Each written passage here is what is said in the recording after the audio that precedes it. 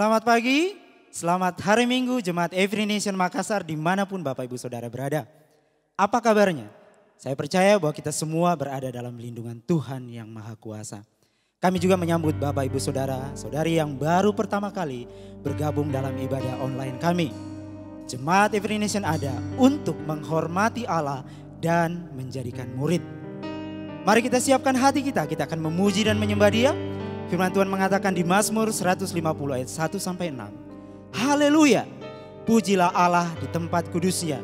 Pujilah Dia dalam cakrawalanya yang kuat. Pujilah Dia dengan segala keperkasaannya. Pujilah Dia dengan kebesarannya yang hebat. Pujilah Dia dengan tiupan sangkakala. Pujilah Dia dengan gambus dan kecapi. Pujilah Dia dengan rebana dan tari-tarian. Pujilah Dia dengan permainan kecapi dan seruling. Pujilah Dia dengan ceracap yang berdenting. Pujilah Dia dengan ceracap yang berdentang. Biar segala yang bernafas memuji Tuhan. Haleluya, berikan kemuliaan bagi Allah kita.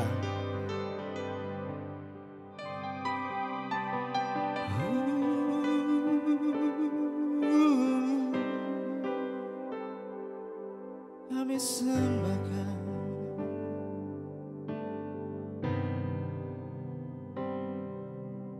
Dalamnya kasih-Mu Bapa, terlebih dari segalanya, pengorbanan yang termulia selamatkanku. Dengan darah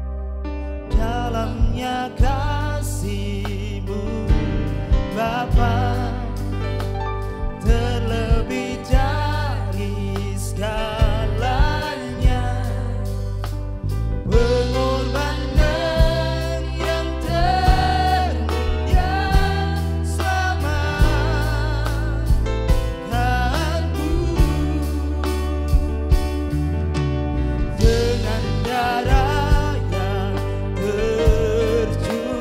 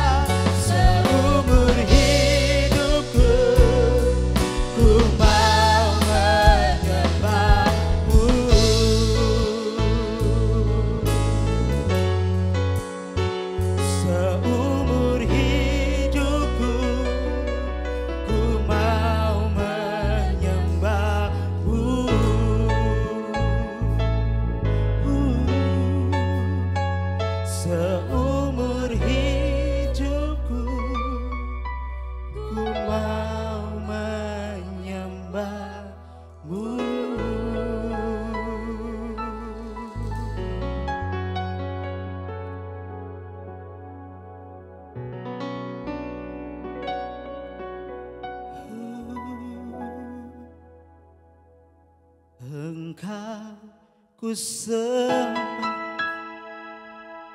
Kau yang terindah, pulihkanku dengan darah-Mu.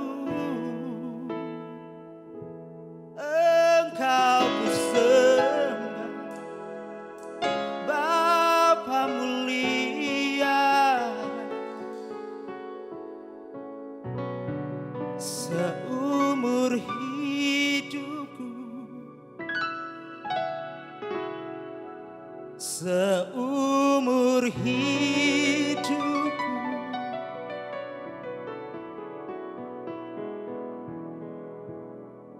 ku menyembah-Mu.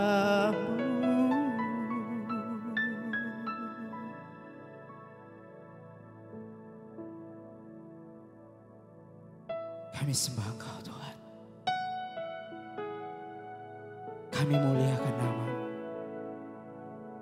Sebab tidak ada yang sama seperti Engkau. Engkau mengasihi kami dengan kasih yang kekal. Engkau memberikan anak-Mu Yesus Kristus mati di atas kayu salib. Dan di atas kayu salib Yesus berdoa, "Ya Bapa, ampunilah mereka, karena mereka tidak tahu apa yang mereka perbuat." Itulah wujud kasih-Mu bagi kami. Engkau menerima kami, bahkan ketika kami masih berdosa. Engkau mengampuni kami ketika kami berteriak, "Salibkan Dia." Kasih seperti apakah ini Tuhan?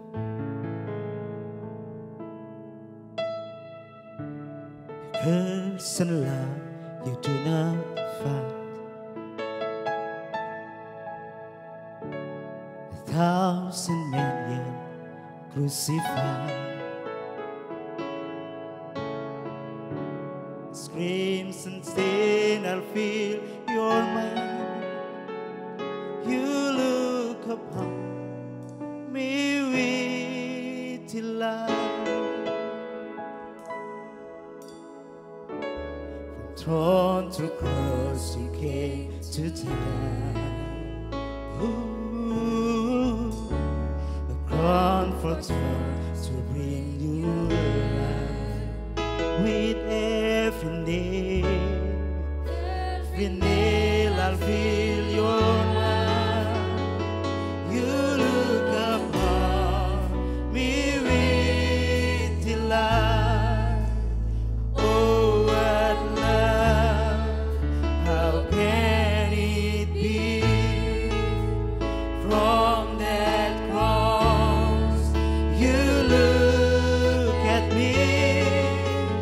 Oh, what love pour out on me. What a beautiful love.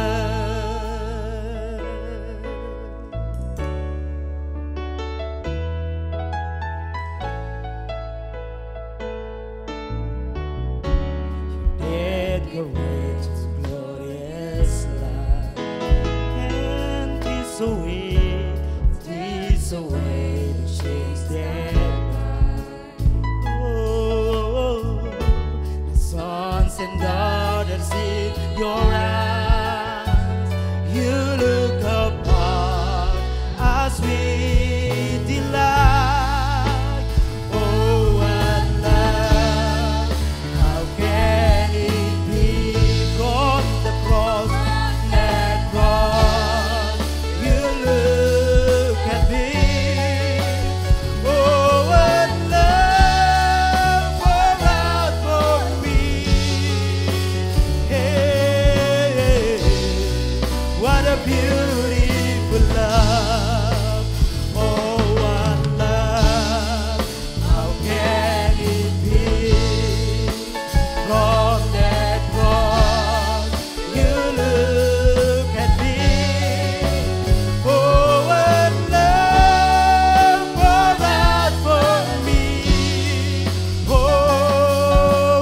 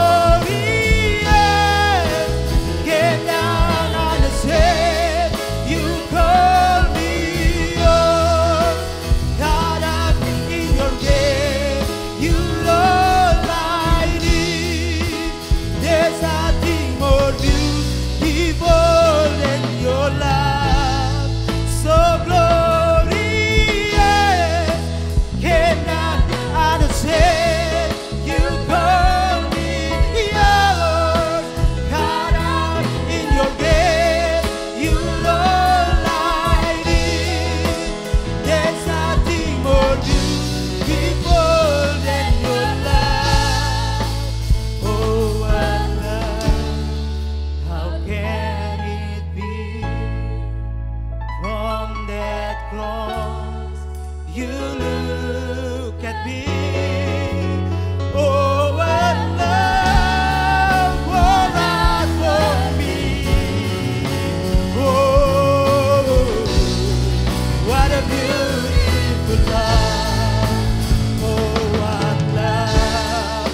How can it be? From that cross, you look at me.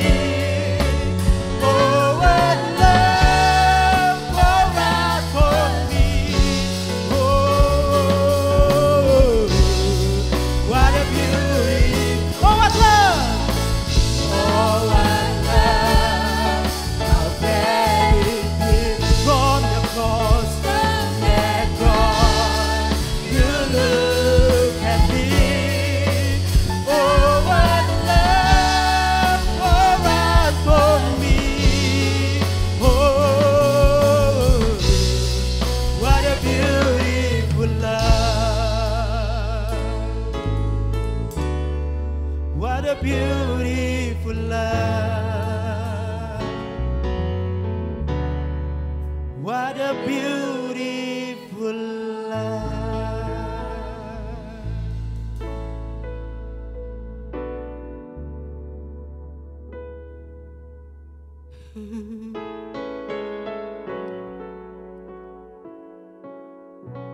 Terima kasih Tuhan untuk kasih-Mu bagi kami.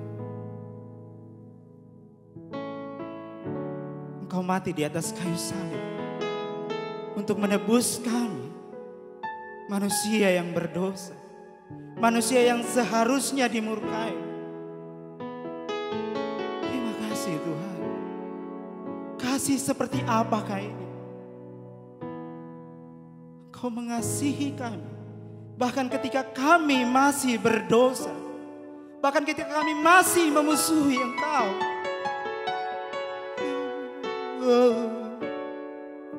what a beautiful love.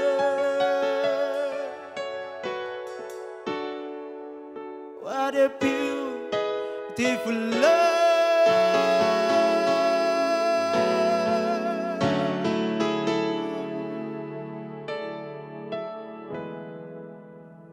What a beautiful love.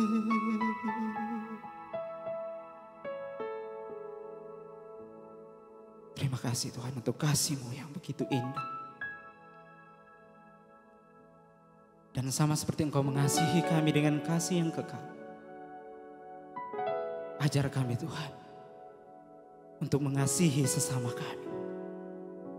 Biar Engkau yang mencurahkan kasih itu di dalam hati kami. Memenuhi kasih yang kekal itu dalam hati kami. Sehingga kami pun belajar mengasihi sesama kami. Sama seperti Engkau mengasihi kami. Terima kasih Tuhan. Terpujilah nama-Mu. Dulu, sekarang, sampai selama-lamanya. Segala pujian, hormat, syukur kami naikkan hanya bagi Engkau. Di dalam nama Yesus Kristus kami naikkan ucapan syukur kami. Amin.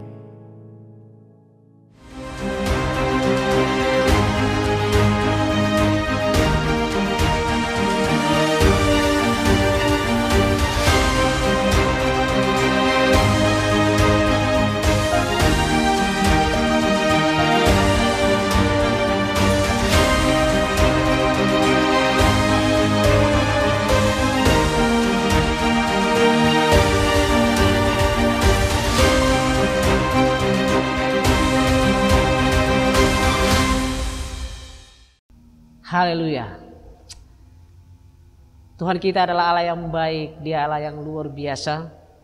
Selamat pagi dan selamat datang kembali dalam ibadah online kita pada hari ini. Semoga kita semua dalam keadaan yang sehat-sehat saja, karena Tuhan selalu melindungi kita dan memberikan kita apapun yang kita perlukan. Saya percaya bahwa kita semua sudah siap untuk mendengarkan firman Tuhan setelah kita memuji dan menyembah Dia.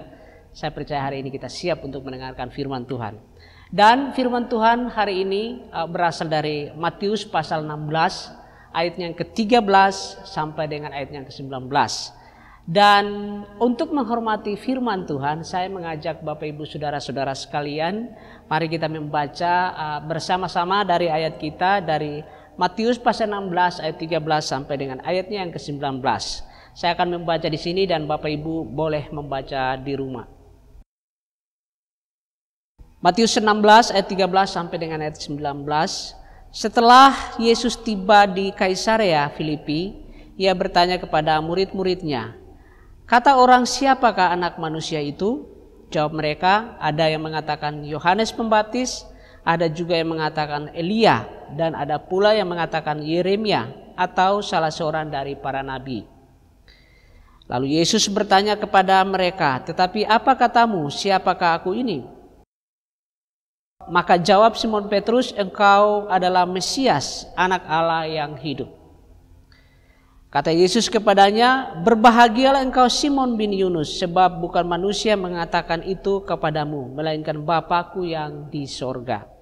Dan aku pun berkata kepadamu, engkau adalah Petrus, dan di atas batu karang ini aku akan mendirikan jemaatku, dan alam maut tidak akan menguasainya. Kepadamu akan kuberikan kunci kerajaan sorga. Apa yang kau ikat di dunia ini akan terikat di sorga, dan apa yang kau lepaskan di dunia ini akan terlepas di sorga." Baik Bapak Ibu, mari kita berdoa. Terima kasih Bapa di surga, kami mengucap syukur pada hari ini. Kami berdoa dalam nama Yesus Kristus, kami akan mendengarkan firman-Mu, dan kami berdoa biarlah kekuatan Roh Kudus memampukan kami untuk bisa mengerti kebenaran-Mu, dan pada akhirnya kami juga bisa mengaplikasikan di dalam kehidupan kami. Terima kasih Tuhan, kami mengucap syukur dan berdoa di dalam nama Yesus Kristus. Amin. Baik, Bapak Ibu Saudara-saudara sekalian, kita sudah belajar ilustrasi dari gereja selama beberapa minggu, kurang lebih 8 minggu kita sudah belajar ilustrasi tentang gereja, dan kita sudah menyelesaikan pada minggu lalu. Ya, pada minggu lalu kita sudah menyelesaikan, kita sudah belajar tentang tubuh Kristus, kita sudah belajar tentang keluarga Allah, mempelai Kristus, hidup dalam kesatuan, kemudian hidup baru, hidup dalam terang, hidup dalam masyarakat, dan minggu kemarin kita belajar mengenai Laskar Kristus. Jadi kita bisa melihat bahwa hari ini kita akan melanjutkan meskipun tidak di seri yang sama, tetapi masih sangat berhubungan erat. Kita melihat bahwa gereja adalah komunitas orang-orang yang mengenal Yesus secara intim, memberitakan Yesus dengan percaya diri, dan juga menaati Yesus dengan penuh pengorbanan. Itulah gereja. Hari ini kita sekali lagi meskipun sudah tidak di seri yang sama, yaitu Church Illustrated, tetapi kita masih berbicara mengenai hal yang sangat berhubungan dengan gereja. Jadi judul kita hari ini, saya memberikan judul kita hari ini adalah Aku akan mendirikan jemaatku. Nah, kita melihat bahwa dari bacaan kita hari ini, Matius pasal 16 ayat yang ke-13 sampai 19, di sana memperlihatkan kepada kita sebuah peristiwa yang dimulai dengan pertanyaan dari Tuhan Yesus kepada murid-muridnya tentang siapakah dia. Kemudian kita melihat bahwa jawaban dari Petrus diberikan respon oleh Tuhan Yesus, yang kemudian kita tahu bahwa disinilah kata gereja pertama-tama muncul. Dari bacaan kita hari ini, kita akan belajar beberapa hal yang berhubungan dengan gereja. Yang pertama, kita akan mulai yang pertama bahwa poin pertama adalah pengakuan kita tentang siapa Yesus dari Matius pasal 16 ayat 13 sampai dengan ayat yang ke-15. Di sana dikatakan, setelah Yesus tiba di Kaisarea Filipi, ia bertanya kepada murid-muridnya, "Kata orang, siapakah anak manusia itu?" Ayat 14.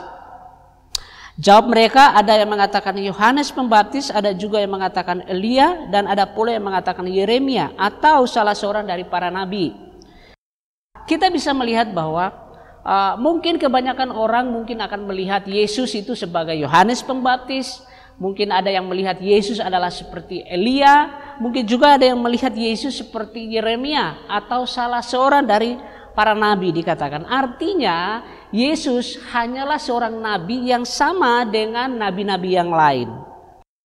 Nah, tetapi bagi orang percaya, yaitu saudara dan saya yang telah dipanggil Yesus, kita melihat lebih dari sekedar seperti itu. Kita melihat lebih jauh daripada itu, lebih daripada seorang nabi. Yesus adalah Mesias, anak Allah yang hidup. Kemudian di ayat 15 firman Tuhan mengatakan, dilanjutkan, lalu Yesus bertanya kepada mereka, tetapi apa katamu, siapakah aku ini?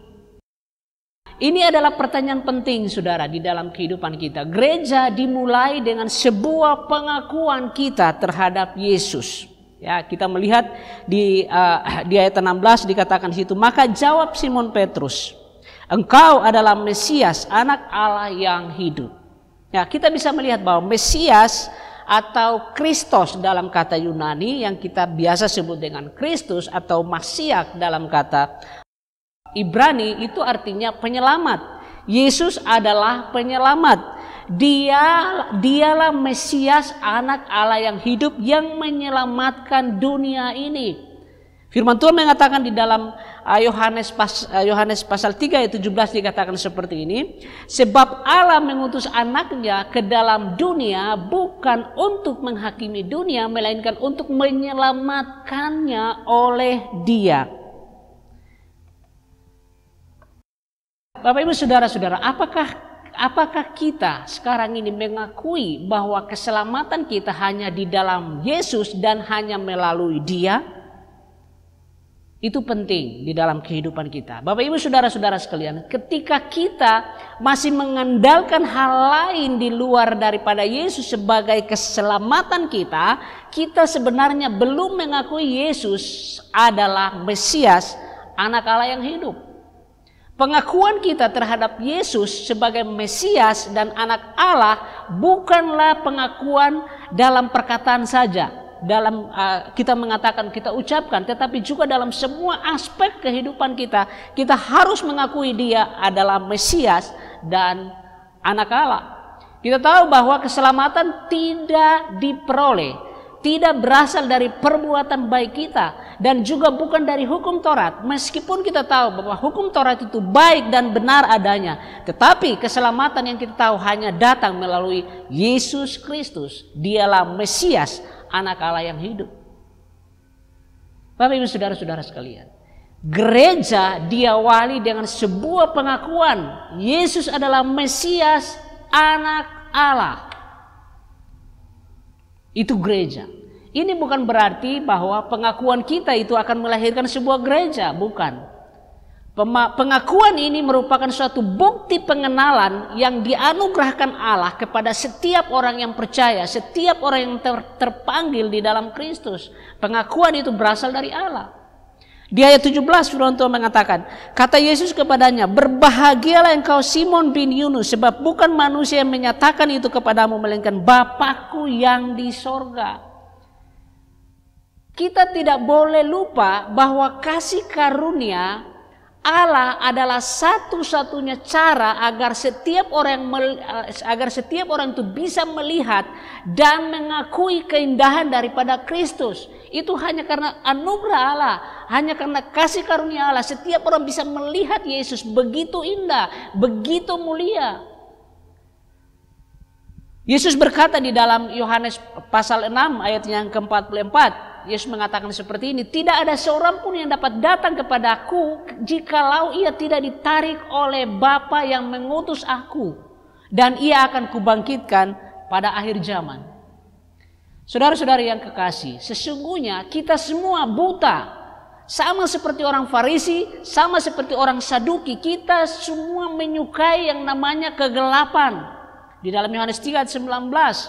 Tetapi Allah dalam belas kasihannya telah membuka mata kita untuk melihat Yesus, untuk mengenal siapa Yesus sebenarnya. Supaya kita bisa percaya kepada Dia, kita mengakui Dia sebagai Kristus, anak Allah yang hidup. Ini adalah kesaksian setiap orang percaya. Itu hanya dapat terjadi kecuali dianugerahkan kepada kita oleh Bapa di sorga. Bapak Ibu saudara-saudara, ada banyak orang di abad-abad pertama yang mengatakan bahwa mereka itu percaya kepada Yesus. Dan mereka ada yang mengatakan bahwa dia adalah Elia, ada yang mengatakan bahwa dia adalah Yeremia. Demikian juga ada banyak orang, Bapak Ibu saudara-saudara, di abad 21 ini, di akhir-akhir tahun ini, bahwa banyak orang akan mengatakan bahwa Yesus adalah Tuhan, Yesus adalah Mesias. Tetapi pertanyaan yang lebih penting adalah siapa sebenarnya Yesus yang saudara percaya? Ini inti dari masalahnya, Bapak Ibu saudara-saudari. Saudara, bagaimana kita mengenal Yesus, bagaimana pengakuan kita tentang Yesus akan menentukan bagaimana kita akan mengikuti Dia. Ini adalah hal yang sangat penting. Jika kita berpikir Yesus adalah seorang guru yang baik, maka kita akan mengikuti Dia seperti halnya seorang guru yang baik. Dan jika kita berpikir bahwa Yesus hanya memiliki beberapa ide yang bagus, maka kita akan mendengarkan apa yang Dia katakan sekali-sekali, tidak seterusnya. Dan jika kita berpikir Yesus adalah teladan yang baik, maka kita akan mencoba mengikuti teladannya. Namun, jika kita percaya bahwa Yesus adalah Mesias yang dijanjikan, yang datang ke bumi untuk menyelamatkan kita dari dosa-dosa kita, untuk menaklukkan dosa dan kematian, dan untuk memerintah atas semuanya sebagai Tuhan, maka itu akan mengubah cara hidup kita. Bapak Ibu saudara-saudara sekalian, gereja terdiri dari orang-orang yang percaya kepada Yesus dan mengenal Dia dengan dekat, secara dekat. Pertanyaannya adalah, apakah kita mengenal Yesus secara dekat? Itu pertanyaan penting. Yang kedua, setelah kita belajar bagaimana pengakuan kita tentang siapa Yesus, yang kedua adalah pengakuan Yesus tentang siapa kita. Bapak Ibu saudara-saudara, sebagai orang yang mengenal Yesus secara dekat, gereja juga merupakan komunitas orang-orang yang memberitakan Yesus dengan berani. Nah, kita bisa melihat berdasarkan identifikasi Petrus tentang Yesus sebagai Mesias, anak Allah, Yesus menjawab seperti ini di ayat 18. Dan aku pun berkata kepadamu, engkau adalah Petrus, dan di atas batu karang ini aku akan mendirikan jemaatku, dan Allah maut tidak akan menguasainya.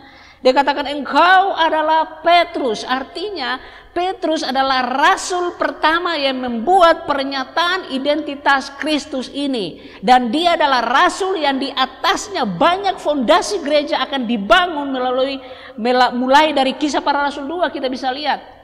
Dan hasil dari pemberitaan Injil Petrus di Yerusalem, kita tahu pada hari Pentakosta sekitar 3.000 orang menerima Yesus. 3.000 orang diselamatkan di dalam Kisah Para Rasul 2 ayat yang ke-41.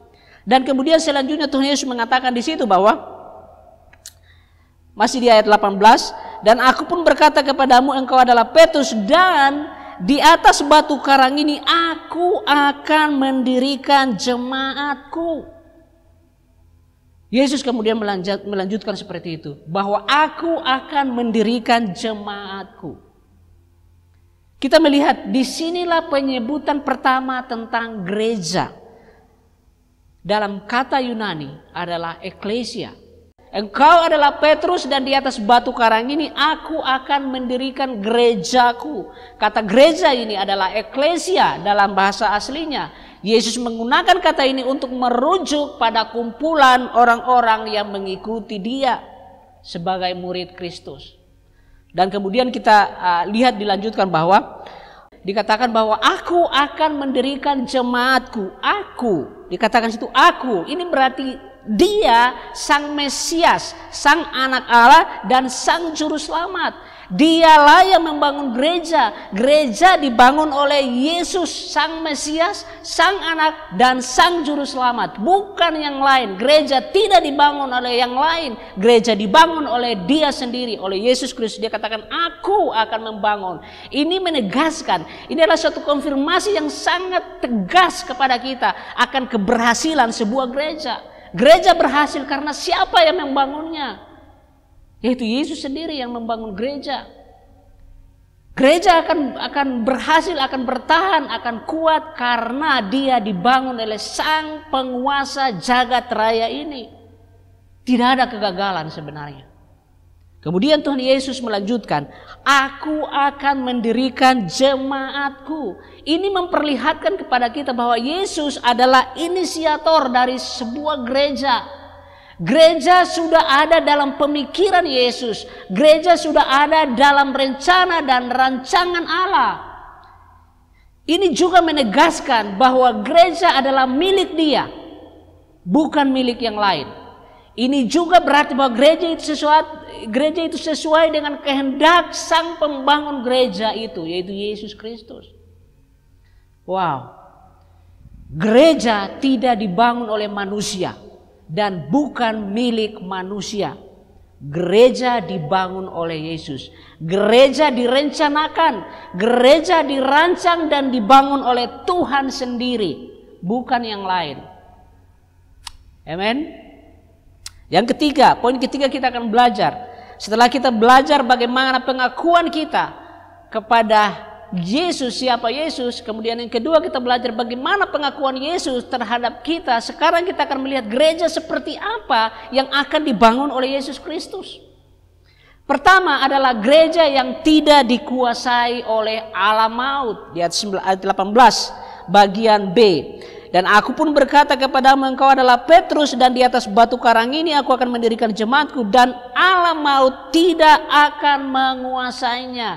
Yang pertama, gereja yang akan dibangun oleh Yesus adalah gereja yang tidak dikuasai oleh alam maut. Bapak Ibu saudara-saudara sekalian, saat gereja memberitakan Injil Kristus, Yesus berkata bahwa kekuatan Hades, alam maut adalah Hades, kata Hades dipakai.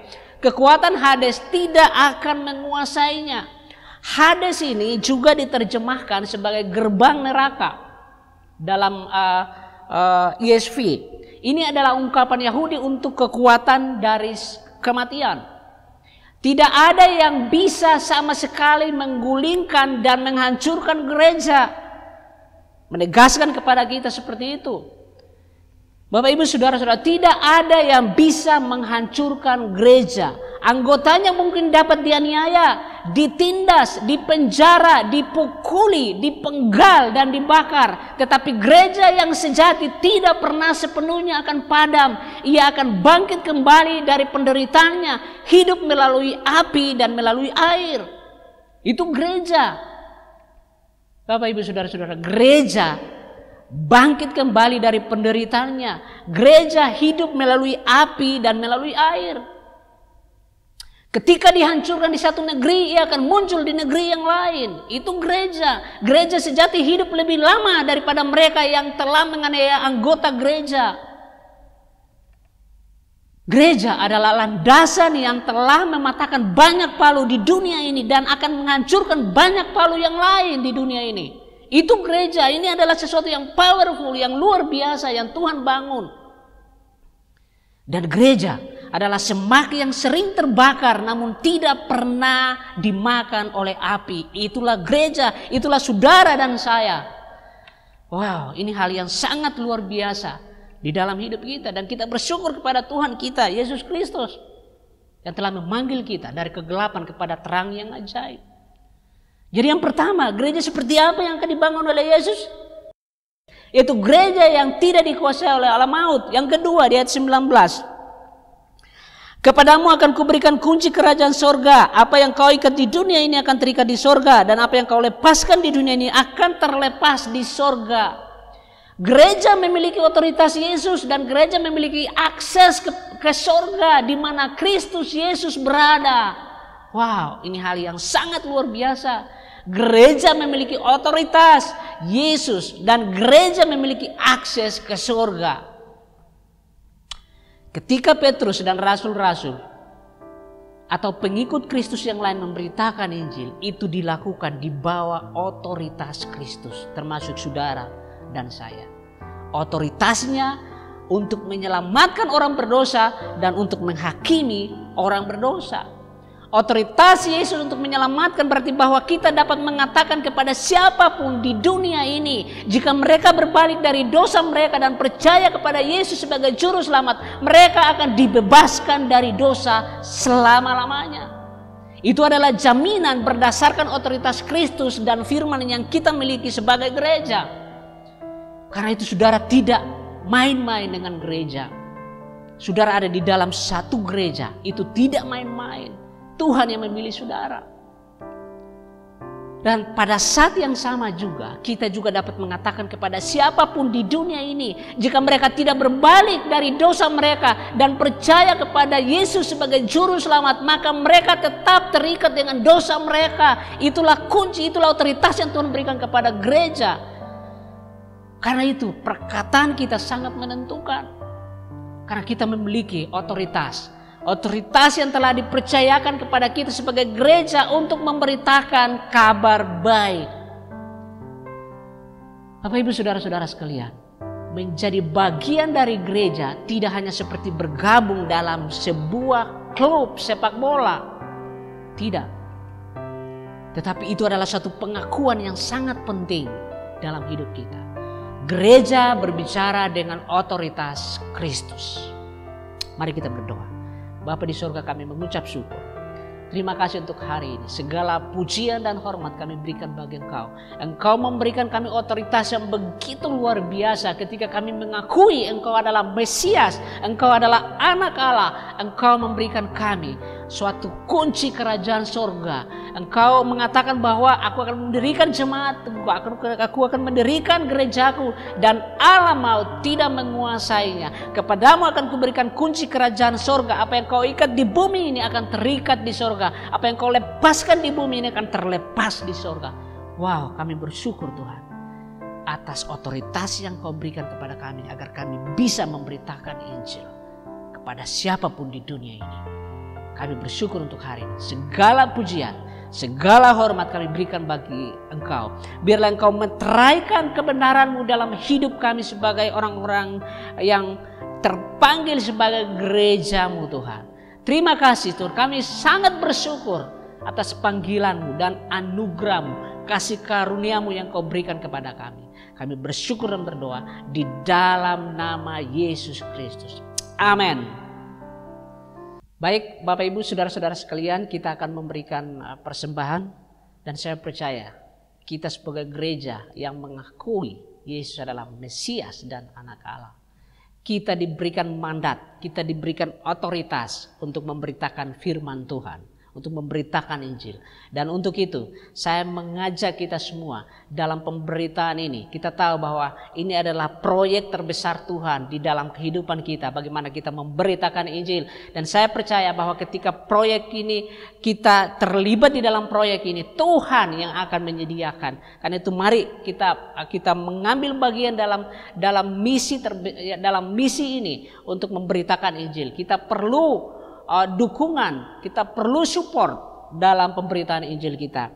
Karena itu saya percaya bahwa karena Tuhan yang menempatkan kita dalam satu gereja untuk satu tujuan yang mulia, Dia juga akan memperlengkapi kita, Dia juga akan memberikan setiap apapun yang kita butuhkan. Jadi saya percaya juga bahwa Tuhan memberkati kita semua dalam segala hal. Karena itu hari ini kita akan memberikan persembahan, dan mari kita memberikan dengan hati yang tulus, dengan hati yang ikhlas, karena kita tahu bahwa semua ini untuk demi kerajaannya di dunia ini. Dan juga selain kita memberikan persembahan kita, offering kita, kita juga akan mensupport setiap orang yang terjun di ladang misi. Kita juga memperhatikan orang-orang miskin, dan Bapak Ibu, kalau Bapak Ibu mau mengambil bagian, di situ ada rekening khusus yang akan ditampilkan, agar kalau Bapak Ibu mau mengambil bagian di situ boleh ditransfer ke rekening tersebut. Dan kalau sudah siap offering kita, mari kita berdoa untuk offering kita. Bapa di surga, kami mengucap syukur, terima kasih Engkau telah menempatkan kami di dalam satu proyek misi yang luar biasa ini. Karena itu kami berdoa dalam nama Yesus Kristus, kami mau mengambil bagian dalam pekerjaan pelayanan Engkau. Engkau Tuhan yang memberkati kami, Engkau Tuhan yang telah memberikan kami setiap kesempatan-kesempatan sehingga kami bisa memperoleh penghasilan, kami bisa bekerja dengan baik dan benar karena Tuhan menyertai kami. Kami berdoa untuk offering, perpuluhan, janji iman, persembahan khusus kami. Biarlah ini dapat digunakan untuk memperlebar kerajaan-Mu, memberkati orang-orang di luar sana yang memerlukan berkat Tuhan. Biarlah kami menjadi saluran berkat-Mu Tuhan. Terima kasih Bapa, kami bersyukur dan berdoa di dalam nama Yesus Kristus. Amin. Selamat memberi, Tuhan memberkati kita semua.